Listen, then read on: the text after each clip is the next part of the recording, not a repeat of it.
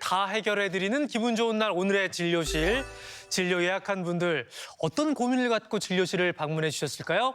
들어오시죠. 네. 사이좋게 들어오시네요. 갑시다. 예, 연일 구박. 구박하면서. 네, 안녕하세요. 자, 먼저 뼈 건강 때문에 우리 서건순 씨하고 곽정희 씨가 진료실을 찾아주셨는데 곽정희 씨 어떤 고민이 있으신 거예요? 제가 관절염 3기라서 그 쇠를 박는 수술을 했어요. 아이고. 그래서 더 이상 이 상태에서 뼈까지 약해지면 못 걸을까 봐 네. 그게 늘 걱정이에요. 그러셨군요. 네.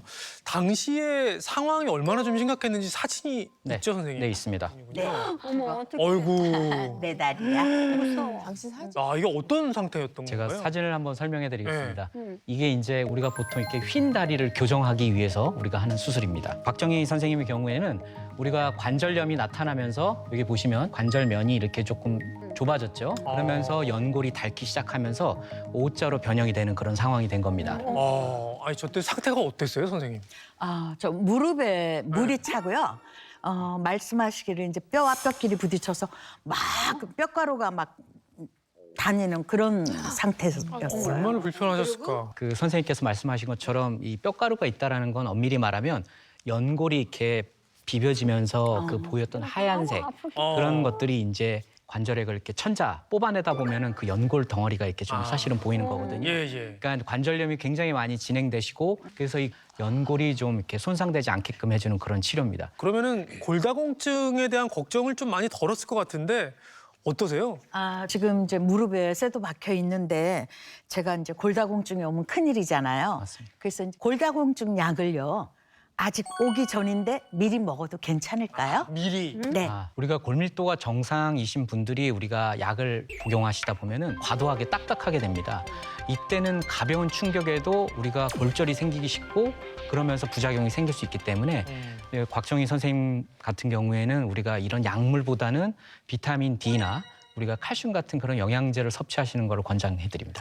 그러니까 약 먹기 전에 몸 상태를 계속 좀 좋게 만드는 것이 더 중요하다. 근데 저 지금 좀 궁금한 게 예. 곽정희 씨가 뭐 연골이 있어서 뭐 저렇게 수술을 또 하고 했는데 골다공증은 없다 그랬거든요. 네.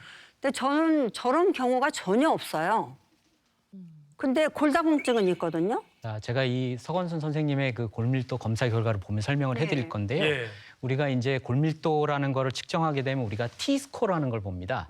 그래서 중요하게 생각하는 그런 기준점이 마이너스 1.0 이상인 경우에는 우리가 정상, 마이너스 2.5 이하인 경우는 우리가 골다공증이라 하고 그 사이에 있는 상황을 골감소증이라고 합니다.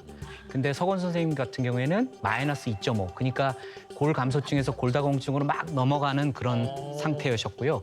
그다음에 아까 치료를 또 주사 치료를 하셨다고 했잖아요.